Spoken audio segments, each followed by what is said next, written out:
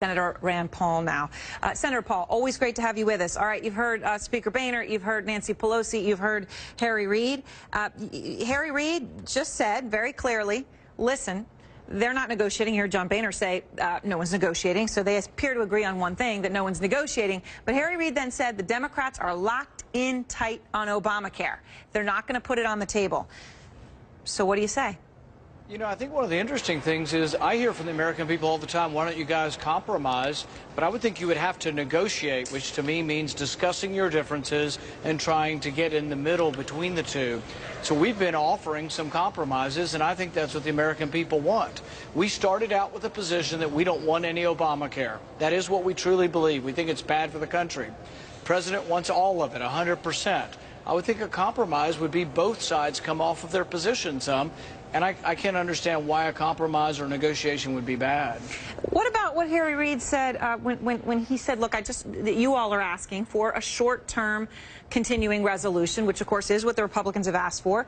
And he's saying, look, I thought you cared about long-term fiscal responsibility. I mean, he had a point there. And then Nancy Pelosi said, look, they have agreed to something they do not want to agree to, which is a spending cap of $988 billion, something that you've been dying to get them to do. They're giving you that. Why isn't that enough? I mean, it does seem like Obamacare is a bit of an obsession.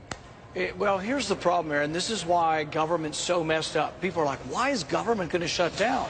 It's going to shut down, or it did shut down, precisely for one reason. We're not doing appropriations bills. We have 12 appropriations bills. Had Harry Reid done his job, brought them to the floor and passed them, there wouldn't be any government to shut down.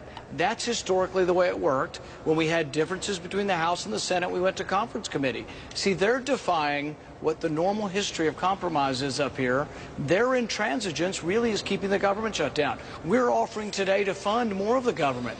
And do you realize that 85% of government's running right now?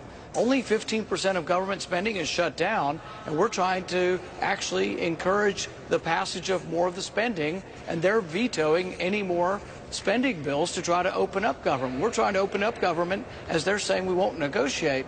I really think that's an untenable position. One thing I have to ask you, Senator, is so you just raised an amazing point, right? If only 15% of the government is shut down, and yet this is a national fixation now, this whole conversation, right? In a sense, it seems to me you have a lot of leverage. You've created a situation where the problem is only 15%, but people perceive it to be closer to 100. And now you can get them to give you spending cuts and spending caps and all these things that you've wanted.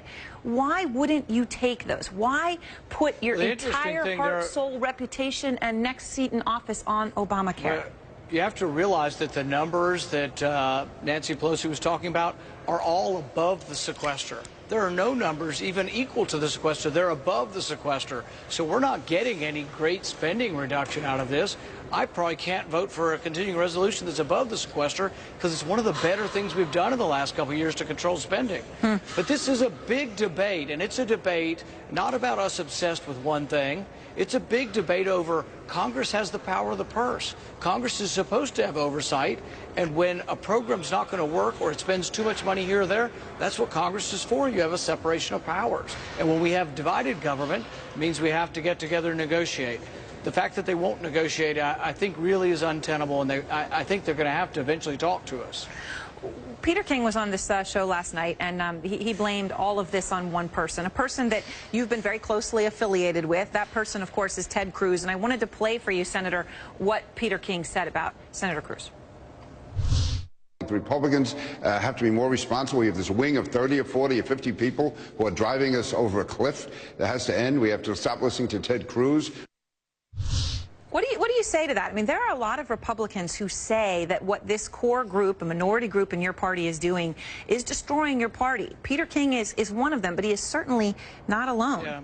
I think it's unfair, actually, because I think the one thing, actually, that we're very unified on, and you've seen, not everybody agreed on the tactics of how the fight went along. I think I can admit that. Everybody admits that. However, on Obamacare, we're absolutely united. The Republican Senate caucus is absolutely united. We shouldn't fund it. It's bad for America. And America's going to really find this out over the next year or two. It's a disaster for us. I think we're united in the House. But we're also willing to compromise, and that's what the American people need to know. We've been giving and giving and giving, and the president's saying, my way or the highway, and I don't think that's what the American people want. What if it is such a disaster, though? Don't you gain the most by letting it happen and letting it be a disaster? Because